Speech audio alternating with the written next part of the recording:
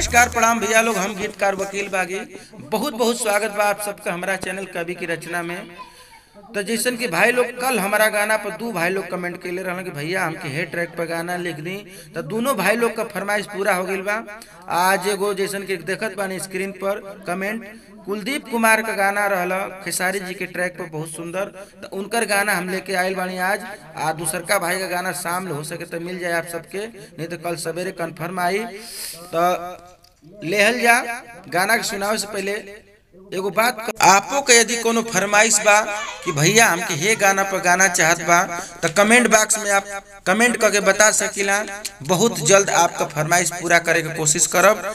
तो लेहल जा गाना के सुनल जा और सुन के बतावल जा गाना कैसन बा। तो दोस्तों जैसा कि गाना लेडीज जेंट्स मैटर है, तो पहले लड़की गाएगी।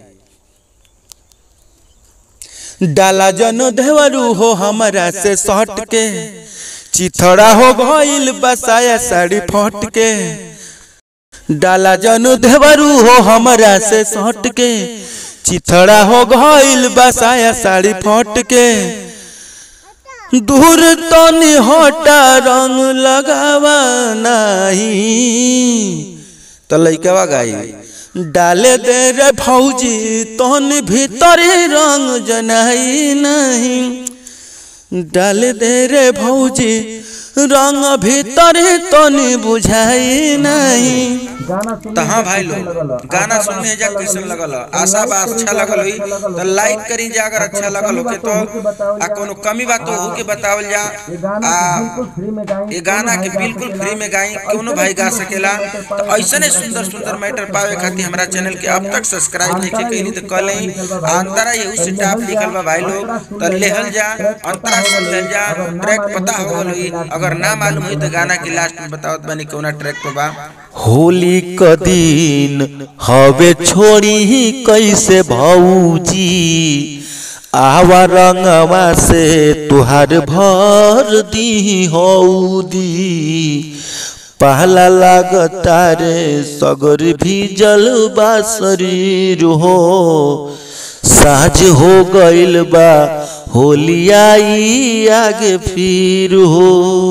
मीठी मीठी बतिया में फसाई नहीं, डाले दे रे भौजी भीतरी रंगवा तनिको भोभाई नहीं।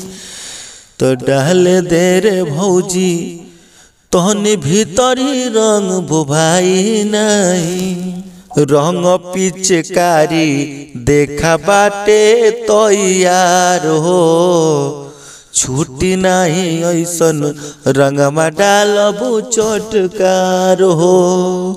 रंग के बहाने घात को दे वकील हो, पर साल डलले रहला कुलदीप तू मोबिल हो। श्री राम बागी कैसे बताई नहीं, तो डाले दे रे भौजी तहन भीतरी रंग भुभाई नहीं। डाले दे रे भौजी रंग भीतरी तनिको जनाई नहीं। तो दोस्तों लेडीज जेंट्स मैटर इसी तरह गाना था। तो भाई लोग दोनों अंतरा कैसा लगल, अच्छा लगल हो तो लाइक कर दी, कमेंट कर दी और शेयर जरूर करी। आप प्यार दुलार सहयोग जरूर दे। शेयर में कम से कम 5 नंबर पर। और ट्रैक बता दी भैया लोग, खेसारी जी के बहुत सुंदर गाना घर चलत बा। हर नाम के जवान भइला राजा लड़कियां न गइल, यही ट्रैक पे गाना रहला भाई लोग। उम्मीद बा अच्छा लगल हुई। तो ऐसे सुंदर सुंदर मैटर फिर लेके आवत तनी। बनल रही हमारा चैनल पर। जय हिंद, जय भोजपुरिया समाज।